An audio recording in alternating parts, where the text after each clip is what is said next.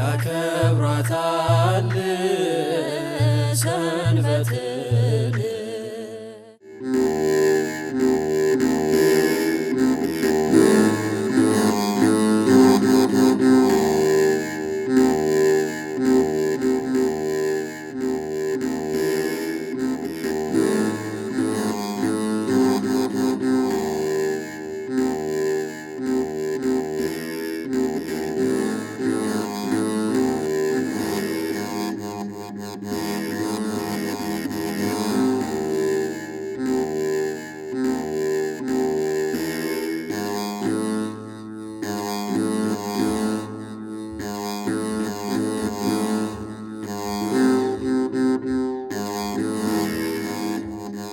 በስመ አብ ወወልድ ወመንፈስ ቅዱስ አሃዱ አምላክ። ጌታችን መድኃኒታችን ኢየሱስ ክርስቶስ በቅዱስ ወንጌል ሊከተለኝ የሚወድ ቢኖር ራሱን ይካድ መስቀሉንም ተሸክሞ ይከተለኝ በማለት እንደገለጸው የኢትዮጵያ ኦርቶዶክስ ተዋሕዶ ቤተ ክርስቲያን በገጠሩም በከተማውም በሀገር ውስጥም ከሀገር ውጭም በምታቋቁማቸው ቅዱሳት መካናት ገዳማትን እየመሰረተች ለበርካታ ዘመናት ቅርሶችን በመጠበቅ ገዳማዊ የምናኔ ሕይወትን በማጠናከር ለሕዝበ ክርስቲያኑ መጠነ ሰፊ አገልግሎት ስትሰጥ ኖራለች። ከዚህም ጎን ብዕር ቀርጻ ቀለም በጥብጣ ፊደል በመጻፍ የራሷን ሙሉ ታሪክ ለሀገር በማበርከት የመጀመሪያዋ ትምህርት ሚኒስቴር የነበረች አንጋፋ ቅድስት ቤተ ክርስቲያን ናት።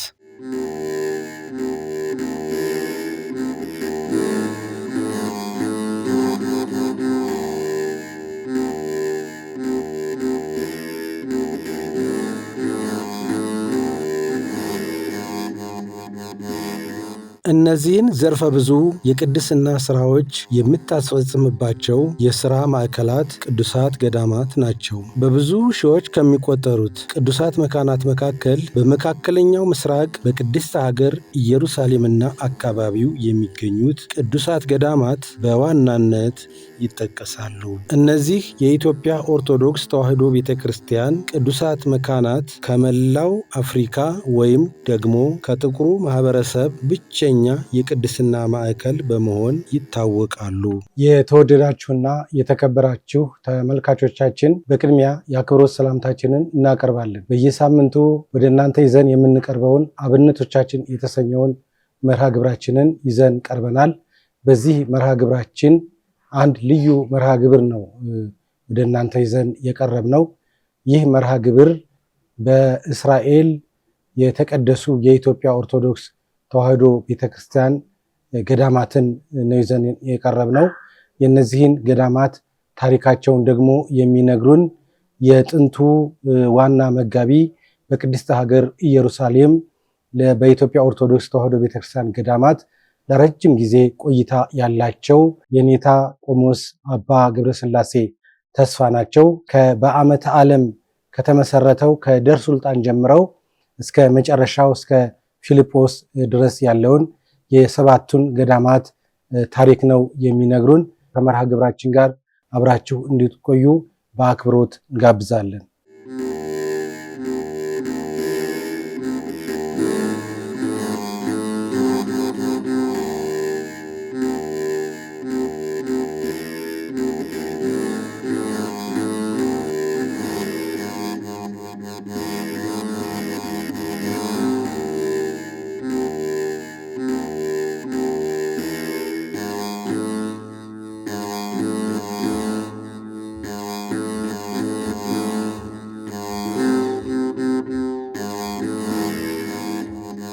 የዴር ሱልጣን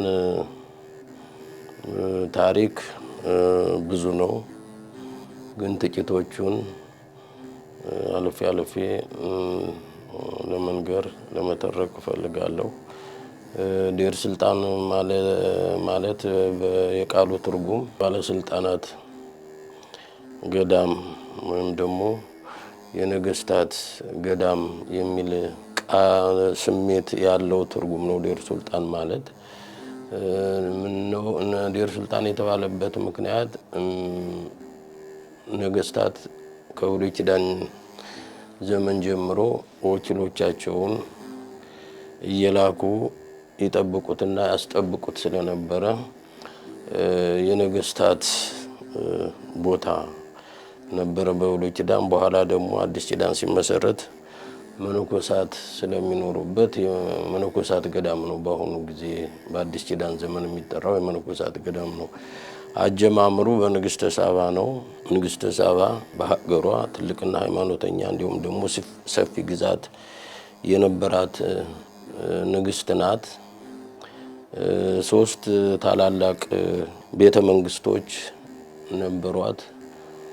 ማዕከላዊው ኢትዮጵያ ውስጥ አክሱም የሚገኘው ግዙፉ ቤተ መንግስት ሲሆን ሁለተኛው ኑቢያ በአሁኑ ጊዜ ደቡብ ሱዳን ተብሎ በሚጠራው በኖርዌይ ትልቅ ቤተ መንግስት ነበራት። ሶስተኛውና መጨረሻው የመን ላይ የተያዘ ስለሆነ እዚያም ግዙፍ የሆነ ቤተ መንግስት ነበራት እና የሶሎሞንን ጥበብ እና ያስተዳደር ብልሃት ስትሰማ ከዚያ በፊት ኢትዮጵያና የኢየሩሳሌም ግንኙነት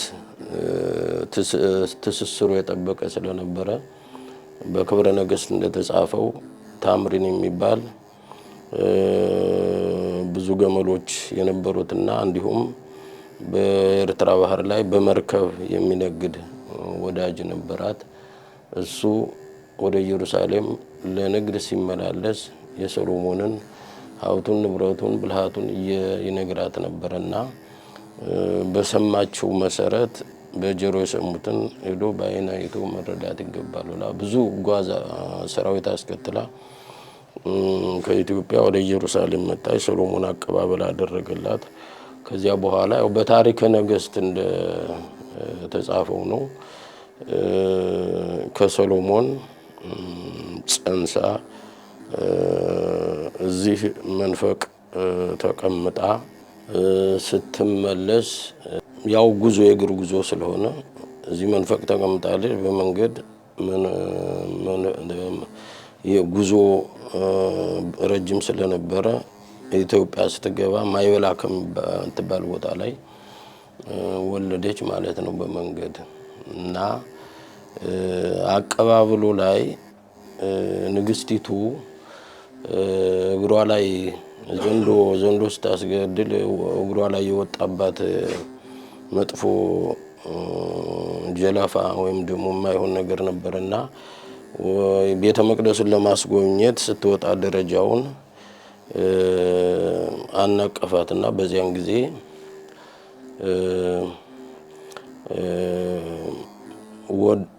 ወደቀች ይላል። ያም ከእግሯ የነበረው የአህያ ሰኮና የሚመስለው ነገር ወልቆ ወደቀላት በታምራት።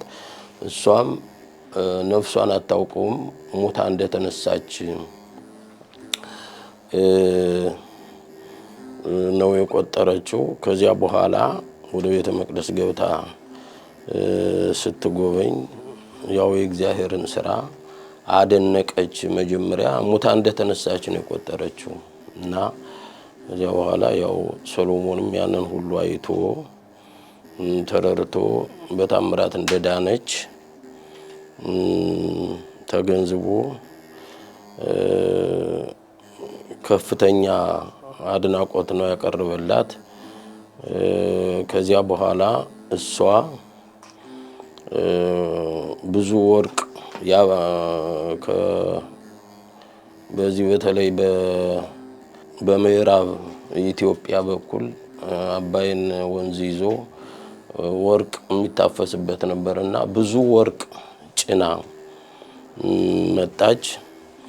ደግሞ ከየመን ሽቱ ሁሉም ግዛቷ ስለሆነ ብዙ ሽቱ አስደናቂ የሆነ ሽቱ ይዛ መጣ። የከበረ ድንጋይ ይላል አልማዝ ወርቅ ይዛ መጣ። ለሶሎሞን ሰጠችው። ሶሎሞንም ባጻፋው ይሄንን የባለስልጣናት ቦታ የተባለውን ዴር ስልጣንን አካባቢ በሙሉ አበረከታት ይላል እና ከዚያን ጊዜ ጀምሮ የኢትዮጵያ ነገስታት አንዳንድ ወኪል እየላኩ ያስጠብቁት ነበር። በነቢያት ዘመንም አቤሜሌክ የሚባል ኢትዮጵያዊ ብልህ አስተዋይና ጭምት ሰው ስለነበረ በእስራኤል ንጉስ በሴዴቅያስ ዘመን የነበረ ነው። ቦታውን በመጠበቅ ላይ እንደገና ጨምሮ ለንጉሱ ለሴዴቅያስ አማካሪ ሆኖ ይሰራ ነበርና ነብዩ ኤርምያስ ወደ ጥልቅ ጉድጓድ በተወረወረ ጊዜ አማካሪ እንደመሆኑ መጠን ወደ ንጉሱ ወደ ሴዴቅያስ ቤተ መንግስት ገብቶ ነብዩ ኤርምያስ ወደ ጥልቅ ጉድጓድ ተወርውሮ በዚያ በመጥፎ ሽታ ታፍኖ ከመሞቱ በፊት የነፍስ አድን ስራ ልስራለት ብሎ ጠየቀ።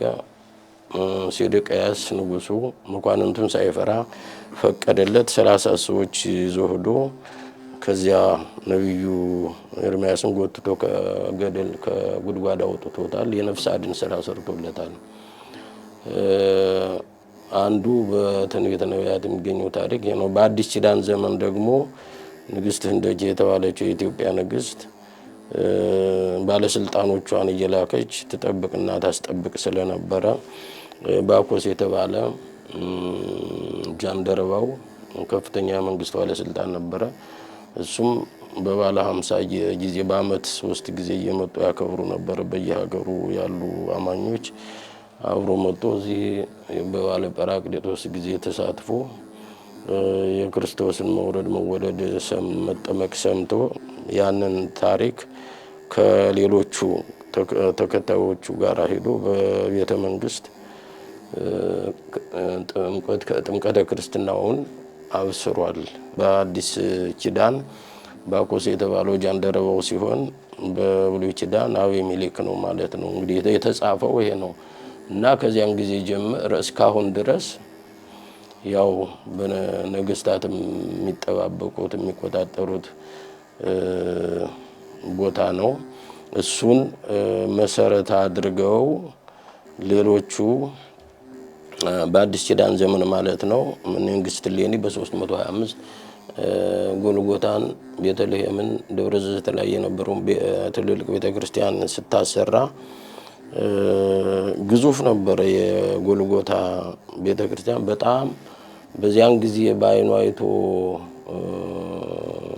ተመልክቶ በታሪክ መዝገቡ ያሰፈረው ሰው እንዴት ነው የሚለው የጎልጎታ ጣራው እንደ ሜዲተራኒያን ባህር የሚያንጸባርቅ ፀሐይ ስትወጣ በባህሩ ላይ እንደሚያንጸባርቅ ሁሉ እንደ ሜዲተራኒያን ባህር በወርቅና በእንቁ በአልማዝ ስለተሰራ አንጸባራቂና የሞቀ የደመቀ ነበር ብሎ በታሪክ መዝገቡ አስፍሮታል። በኋላ ግን የፋርስ ነገስታት በ614 ቅዱሳት መካናትን ሲወሩ አብያተ ክርስቲያናትን ሲመዘብሩ ሲያቃጥሉ ጎልጎታም የመፈራረስ ዕጣ ገጥሞታል ማለት ነው። እሌኒ ስታሰራው ወትሮም የኢትዮጵያ ይዞታ በዚህ የነበረ ነው ብላ ወደ ምስራቅ ክፍል የነበረውን ለኢትዮጵያውያን ወደ ምዕራብ ያለውን ለግሪክ ኦርቶዶክስ ለሌሎችም ሁሉ ለአብያተ ክርስቲያናቱ አከፋፍላ መድባ ነውና አሁንም ባሁኑ ጊዜም እሷ እንደመደበችው ካንዱ ከጆርጂያ ቤተክርስቲያን በስተቀር ያሉት 6ቱ አብያተ ክርስቲያናት ባለ ይዞታ ናቸው ማለት ነው። 6ቱ 3ቱ ታላላቆቹ በፓትርያርክ ደረጃ የሚመሩት የግሪክ ኦርቶዶክስ የላቲን ቤተክርስቲያንና ገመድ ታጣቂዎቹ ናቸው እነሱ የተወከሉት ላቲኖች ማለት ነው። እና የአርመን ሲሆኑ ደግሞ መለስተኞቹ አብያተ ክርስቲያናት ኢትዮጵያ ግብጽና ሶሪያ ናቸው። እና እነዚህ ስታስጥቁ ባለ ህርጋ የተባለው የጎልጎታ የቀራኒዮ ባለ ይዞታዎች ናቸው። ያን ጊዜ ሲሰራ ባንድ ጉልላትና ባንድ ጣራ ስር 3 ታላላቅና ግዙፍ አብያተ ክርስቲያናት ነበሩ ማለት ነው። አሁንም ወደ ምስራቅ ያለውን ራሺያውያኖቹ የራሺያ ኦርቶዶክስ ቤተክርስቲያን እንደያዙት ነው። ወደ ምስራቅ ብዙ ጊዜ አይጎበኝም። አላሁንም ከጎልጎታ ጋር የተያዘ ነው እና 3 ታላላቅ ቤተክርስቲያናት የተባሉት አንደኛው ቀራንዮ የተሰቀለበት፣ ሁለተኛው ጎልጎታ የተቀበረበት፣ ሶስተኛው መስቀሉ የወጣበት ነው እና እኛ በጎልጎታ ውስጥ እናገለግል ነበር ውስጥ ነበርን ማለት ነው። መስቀሉ ከወጣበት ከዚያ ላይ እና አፄ ካሌብ ሁሉ የላኩት ወርቅ ዘውድ፣ ወርቅ ጸናጽል፣ ወርቅ ከበሮ ይዘው የሀገራችን ሊቃውንትና እንዲሁም መነኮሳት እስከ 500 የሚሆኑ ያገለግሉ ነበር ጎልጎታ ውስጥ እና በኋላ ምንድነው የነገስታቱም ተሰሚነት ስለነበራቸው ቦታውን በክብር ይጠበቅ ነበርና እስከ ታላቋ እቴጌ ምንትዋብ በጎንደር ዘመነ መንግስት የጎንደር ነገስታት ከዚያውም ዘንድ ታላቋ እቴጌ ምንትዋብ በአመት 2 ጊዜ ለመነኮሳቱ ምግብ፣ እህል፣ ውሃ፣ ባህላዊ ምግብ፣ ባህላዊ መጠጥ ይልኩ ነበር በመርከብ። ወገኖቼ በሰው ሀገር የሀገራቸው ባህላዊ ምግብና ባህላዊ መጠጥ ያስፈልጋቸዋል ብለው ይልኩ ነበር በአመት 2 ጊዜ የልደትና የፋሲካ እና ከዚያ በኋላ የኦቶማን መንግስት ሲቋቋም እንዲያሞቅ ደመቅ ብሎ ይገለገል የነበረ ነገር አገራችን ስትዘጋጋ ዙሪያውን የባህር በር ሲዘጋ ከዚያ ወደዚህ የሚመጡት ሲያቋርጡ ከዚህ ያሉት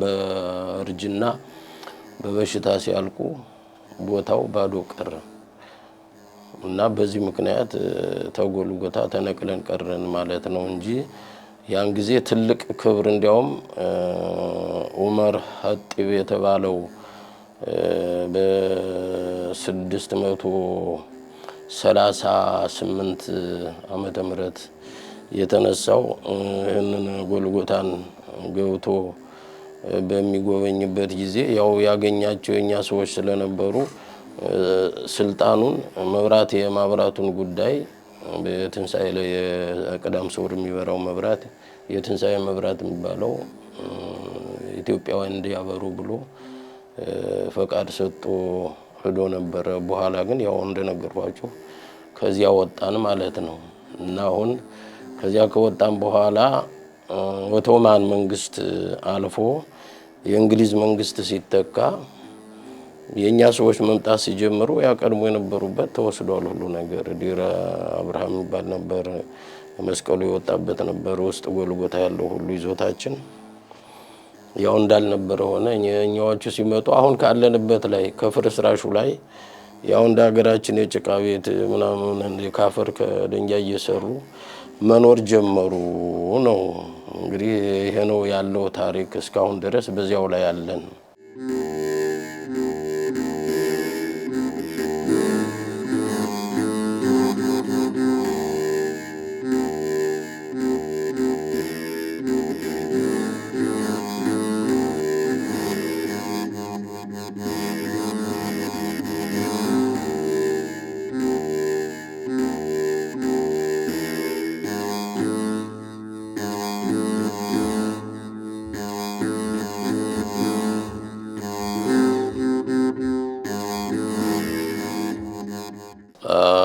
በአፄ ምኒልክ ዘመነ መንግስት አቡነ ማቴዎስ የሚባል ግብፃዊ ጳጳስ በሀገራችን ተሹመው ይኖሩ ነበር። በኋላ የዴር ሱልጣንን ችግር ይፈታሉ ብለው ንጉሱ ወሰኑ፣ መኳንንቱም ወሰኑ። ያን ጊዜ የሚባለው እንዴት ነው? የኛ ሰዎች በጣም አማኞች ናቸው። ይሄ መንፈሳዊ ነገር ሲባል ነገስታቱም ህዝቡም በጣም ከመጠን በላይ ያምኑ ነበር፣ አማኞች ነበሩና የሚናገሩትም ቋንቋቸው እስክንድርያ እናታችን ማርቆስ አባታችን ነው የሚሉ። ማርቆስ ቤተክርስቲያን የሚገኘው ካይሮ ግብጽ ውስጥ ነውና ማርቆስ አባታችን እስክንድርያ እናታችን ይሄ ነበር ቃላቸው እና አማኞች ሊያመናሉ ሁሉ እንኳን ጳጳስ እርስ በርሳቸው የሚተማመኑ ነበር የድሮ ሰዎች። እና ይሄድና ችግሩን ይፍታ ሲሉ እቴጌይቱ ጣይቱ አይተው የግብፃዊ አረብ ሄዶ ገዳሙን ሽጦት ነው የሚመጣ የባሰ አመሰቃቅሎት ነው የሚመጣ ተዋይሄድ አሉ። እነሱ ግን ያው ስለተወሰነ ንጉሱም መኳንንቱም ስለወሰኑ ይሄዱ ተብሎ መጣ። ያው ቦታው ያውን ያለንበት ፍርስራሹ የግብጽ ነው ብሎ ፈርሞ ሄደ። ይሄ በዚህ ታሰረ ማለት ነው። በዚህ ነገሩን አስሮት ሄደ። ከዚያን ጊዜ ጀምሮ ጠብ ክርክር የኛ ነው የሚሉ እነሱ የኛን ወስደው የኛ ነው ይላሉ፣ ደግሞ ሌላውን ወስደው እና አሁን ከዚያ በኋላ ያው ጭቅጭቁ ቀጠለ። መፍትሄ ለማግኘት ወዲህ ቢባል ወዲያ ቢባል በእርግጥ በመካከል ሀገራችን ንጉስ ግርማዊ ቀዳማዊ ኃይለ ሥላሴ ሳሉ ሄዶ ሀገራችን ጎብኝቶ ነበር። በኋላ ሲመለስ ለኢትዮጵያውያን ቁልፉ ይሰጥ ሰሜናዊው ቁልፍ ትልቁ በር ይሰጣቸው ብሎ ፈርዶ ተቀብለን ቁልፉን ተቀብሎ በጊዜው ጊዜ ነበሩ አባቶች ተቀብለው አብደል ናስር የሚባል ነበር የግብጽ ደግሞ ኃይለኛ ነኝ የሚል መንግስት ንጉስ ሁሴንን አስፈረ ያንን የፍርድህን ካልቀለበስክ አጠፋለሁ ብሎ ዛተበት። መልሱ ብሎ ከ40 ቀን በኋላ ቁልፉ መልሰው ወሰዱት ግብጾች እና ከዚያ በኋላ የ6 ቀን ጦርነት ሲመጣ እስራኤሎች ሲገቡ በጊዜው ጊዜ የነበሩት ፓትርያርኩ ብፁዕ ቅዱስ አቡነ ቴዎፍሎስ ነበሩ። እዚህ የተሾሙ ጳጳስ አቡነ ዮሴፍ ነበሩ። ቁልፉን እስራኤሎች ሲገቡ ለኛ ተሰጠ ተላለፈ ማለት ነው። የመድኃኔዓለምና የሚካኤል የቅዱስ ሚካኤል ሁለቱ ቤተ መቅደሶች ቁልፍ ተሰጠ ማለት ነው እና ከተሰጠ በኋላ ያው 80 ዘመን ነው ተዘግተው የሚኖሩ የነበሩት። 80 ዓመት ተዘግተው ኖረዋል ነው ቤተ መቅደሶች። ያንን አባቶቻችን ጠራርገው ኳኩሎ ቀባብተው ያው እስካሁን ድረስ እንገለገልበታለን ማለት ነው እና ግብጾች በቅሚያ ነው የተወሰደብን ብለው ከሰሱ። አባቶቻችን ከሰሷቸው እና የእስራኤል ፍርድ ቤት ይመለስላቸው ብሎ አሁን ይመለስላቸው ለግብጾች በቅሚያ ነው የተወሰደ ቁልፉ ብሎ እንዲመለስ ፈረደ። ያን ጊዜ የነበሩት የሚኒስትሮች ምክር ቤት ነበረ 3 ከነሱ አንዱ ሽሞን ፔሬስ ይባሉ ነበረ። ብልህና አስተዋይ ስለነበሩ ሚኒስትሮቹ የለም ባለው ይቆይ ብሎ የፍርድ ቤቱን እንትን ውሳኔ ገለል በማድረግ ያው በዚሁ እንዲቀጥል በእኛ እንዲቀጥል ተደረገ እና እኔ በመጣበት ጊዜ ረሸፍ የሚባል ትልቁ የዴር ሱልጣን ጠበቃችን ነበረ።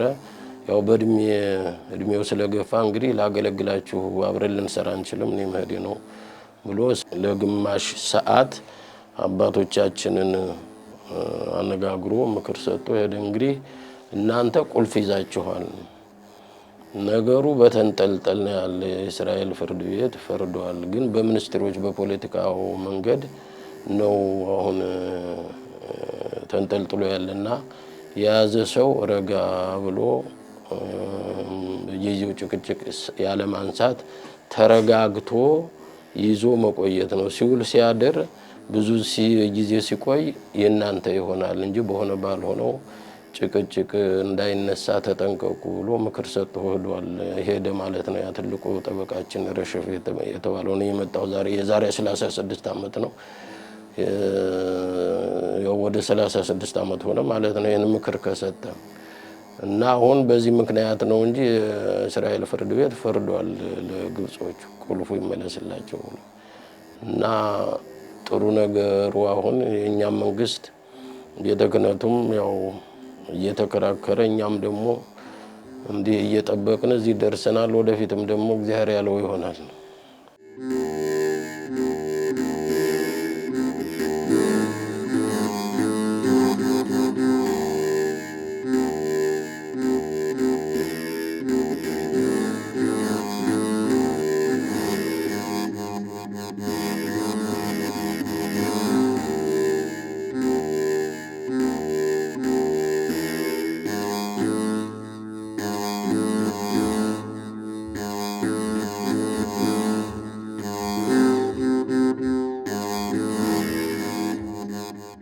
በአፄ ዮሐንስ ዘመነ መንግስት እና በአፄ ምኒልክ ዘመነ መንግስት የተያያዘ ነው። እኒህ ኦቶማኖች በዚያ በምጽዋ በኩል ጦርነት ከፍተው ነበረ። የአፄ ዮሐንስ የጦር ሚኒስትር የነበሩት ራስ አሉላ ነበሩና ከዚያ ከመጣው ሰራዊት ከወራሪ ሰራዊት ጋር ተዋግተው ድል አድርገው ያ 4 ሳጥን ያን ጊዜ ወርቅ ነው የሚባለው 4 ሳጥን ወርቅ ብር ወርቅ በፊት በጥንት ዘመን በጫው ባሞሌ ጫው ነበር ንግዱ መገበያያው አሞሌ ጫው ነበር። በኋላ ወርቅ ይሉታል። መገበያያውን እንትን ገበያ ወጣው የሚነጋገሩበትን ሳንቲሙን ብሩን ወርቅ ነው የሚሉትና በ4 ሳጥን ብር ማረኩ አመጣው ለንጉሠ ነገሥቱ ለአፄ ዮሐንስ ገቢ ያደረጉ የጦር ሚኒስትሩ ማለት ነው። እና እሳቸው ጠንካራ ተዋጊ እንደነበሩ በዚያን ጊዜ የነበሩት ግጥም በጣሚዎች አሉላ አባ ነጋ የምጽዋ በር 5000 ገዳይ በአንድ ቀን ጀንበርን ብለው ብዙ ግጥም ገጥመውላቸዋል። እና ጠንካራ ስለነበሩ ማርከው አምጥተው ለንጉሱ ሰጧቸው። ንጉሱ ደግሞ ያንን ተቀብለው አስቀመጡት። ከዚህ ያን ጊዜ የነበሩት መምህር ወልደ ሰማዕት ንጉሱን ለመጠየቅ ከዚህ ወደ ኢትዮጵያ ሄዱ። ሲሄዱ ያንን ገንዘብ አሳዩአቸው አፄ ዮሐንስ። ሲያዩት መምህር ወልደ ሰማዕት ይሄማ በዚያ የቱርክ ገንዘብ ነው፣ ስራ ይሰራል፣ መገበያያ ነው እና ገበያ የሚገበያዩ ሰዎቹ በዚህ ነውና ይሄ ያስፈልገናል አሏቸው። ንጉሱም እንግዲያስ ውሰድና በስማችን ያው ቦታ ግዛበት አሏቸው። አመጣው 4 ሳጥን ብር ገንዘብ ስለሆነ ብዙ ቦታ ገዙበት፣ ሰፊ ቦታ። በተረፈው ደብረገነት ቤተክርስቲያንን ከቤተልሔም ደንጃ ወቃሪዎች ደንጃ ጠራቢዎች ነበሩ። ጥሩ አድርገው ደንጃ የሚያዘጋጁ ነበሩ። እዚያ ሄደው ተዋውለው በሳቸው ቅድና መሰረት በሳቸው ንድፍ በሳቸው ቅድ መሰረት እንደ ሀገራችን ክብ አድርገው ፕላኑን ቅዱን አወጡ።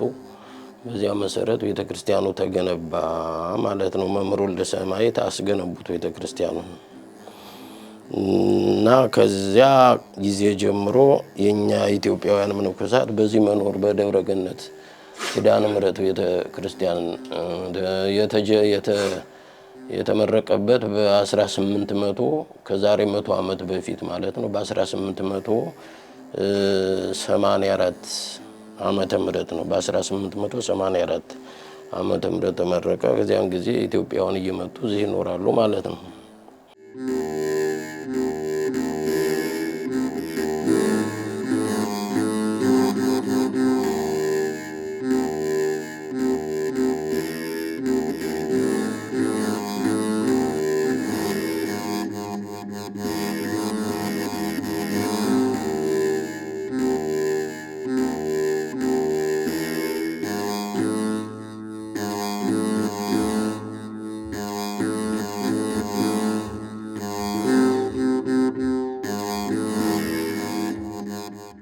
ኢያሪኮ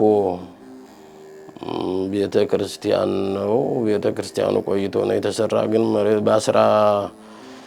በ1921 ዓመተ ምህረት ንጉሳዊ ቤተሰብ የነበሩት ወይዘሮ አማረች ዋለሉ ያን ጊዜ ማለት ነው። እሳቸው ከኢያሪኮ መሬት ገዝተው እዚያ ይኖሩ ነበረ። በኋላ ያው ግርማዊ ቀዳማዊ ኃይለ ሥላሴ ንጉሠ ነገሥት ዘኢትዮጵያ ባለቤት የነበሩት እቴጌ መነን በ1933 ኢየሩሳሌምን በሚጎበኙበት ጊዜ ወደ ዮርዳኖስ ሄደው ሲያስጎበኟቸው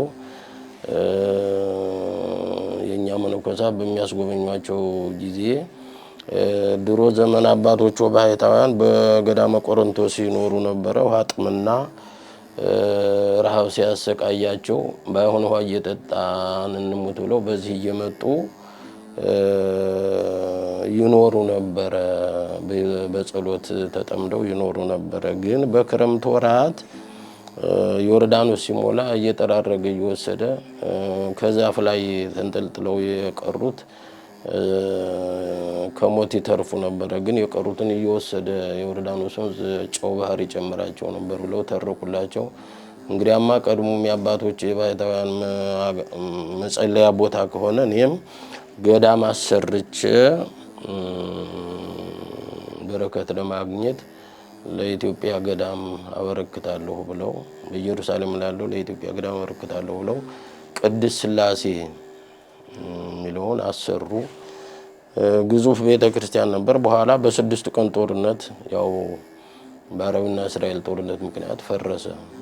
ብዙ አባቶቻችንም እዚያ እግዚአብሔር ጠብቋቸው ነው እንጂ በውስጥ እንዳሉ ነው መነኮሳቱ የፈነዳ። አባ አምደ ሚካኤል የሚባሉ ደግ ሰው ነበሩ። እግዚአብሔር ሰውሯቸው ከቦምብ ፍንዳታ ወጥተው ያው ወደ ኢያሪኮ ታቦቱንም ሁሉንም ንዋየ ቅድሳቱንም አዛውረው ኢያሪኮ ቅድስት ሥላሴ የተባለ እንጂ ቅድስት ሥላሴ የተባለው ዮርዳኖስ ወንዝ ዳርቻ እቴጌ መነን ያሰሩት ነው።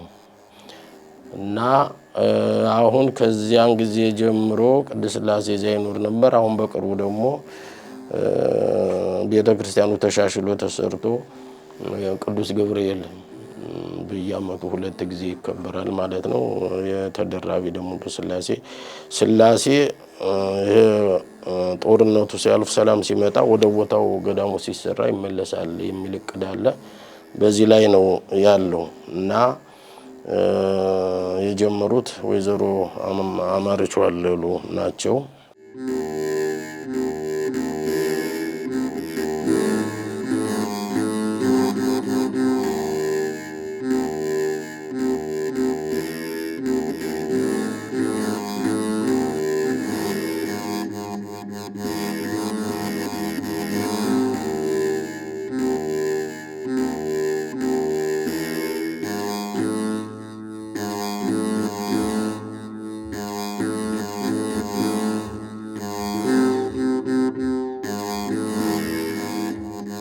ከዚያ ቀጥሎ በ1956 ዓመተ ምህረት ሊቀ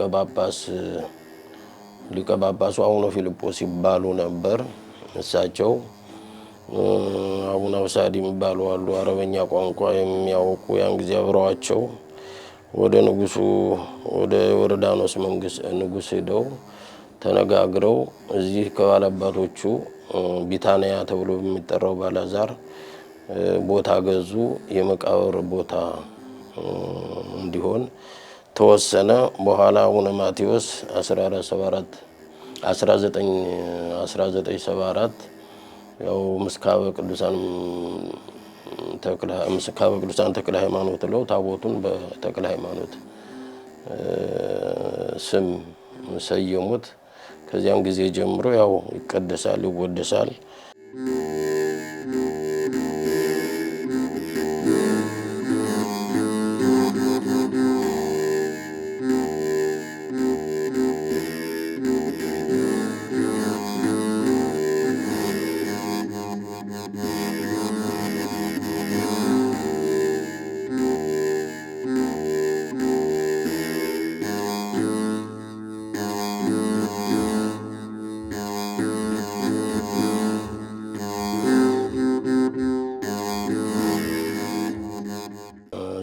በ1982 ዓመተ ምህረት የቤተልሔም ገዳም ተመሰረተ። ሊመሰረትበት የቻለ ምክንያት የተመሰረተበት ምክንያት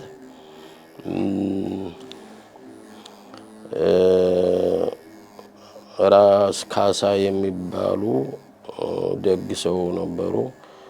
ኢየሩሳሌምን አካባቢውን ቤተልሔምን ይወዱታል። የኛ ሰዎች የጥንቱ ሰዎች መንፈሳውያን ስለነበሩ ፍቅር ስላላቸው ወዲያ ቦታ ካረቦቹ ገዝተው ይኖሩ ነበር። በኋላ በቁልፍ ተይዞ ይኖር ነበር። የዛሬው ብፁዕ አቡነ አትናቴዎስ የዚያን ጊዜው አባ ዮሐንስ ካህሊ እሳቸው ቦታውን ያዙትና በኋላ የኢየሩሳሌም ድርጅት የኢየሩሳሌም ድርጅት $26,000 ገዝቶ ያው የቤተ ክርስቲያኑ መሰራት ምክንያት ሆነ ማለት ያች ጎጆ ያች ትንሽ ህንጻ ለዋናው ቤተ ክርስቲያን መሰራት ምክንያት ሆነ። ከዚያ ተያይዞ 3 ፎቅ ህንጻ ተሰራ።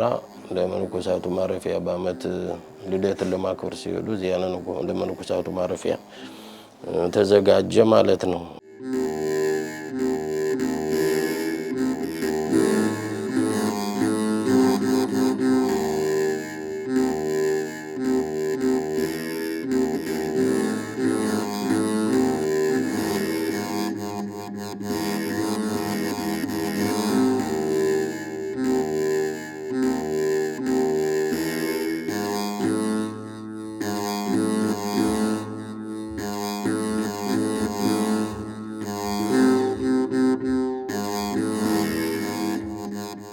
የመጨረሻው ምንድነው? በዚያን ጊዜ በከደብረ ገነት አምት መምህር ወልደ ሰማዕት የገዙት ዛሬ መንበረ ጵጵስናው ያለበት በአፄ ዮሐንስ ስም የተሰየመ ስሙ ተቀርጾ ይታያል እዚያ ላይ።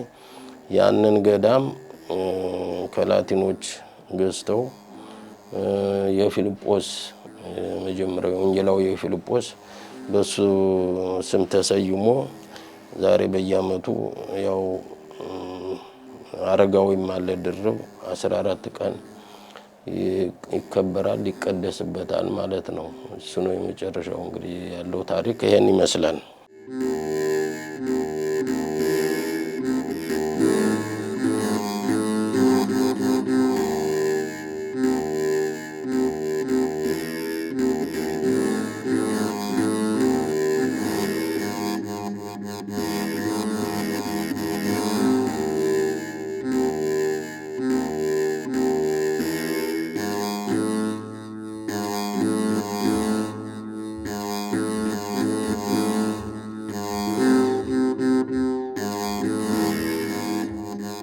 የተወደዳችሁና የተከበራችሁ ተመልካቾቻችን በቅድስት ሀገር ኢየሩሳሌም የኢትዮጵያ ኦርቶዶክስ ተዋሕዶ ቤተክርስቲያን ገዳማትን ታሪክ የተከታተላችሁት ይህንን ይመስል ነበር። ከነዚህ ገዳማት ታሪክ ብዙ እንደተማራችሁ ተስፋ እናደርጋለን።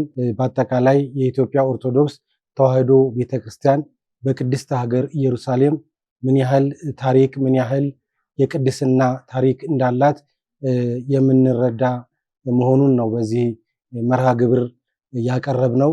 ስለዚህ አብራችሁን ስለቆያችሁ ምስጋናችንን እያቀረብን ቀሪ የቴሌቪዥን መርሃ ግብራችንን እንድትከታተሉ እየጋበዝን እኛ በዚህ እንሰናበታለን።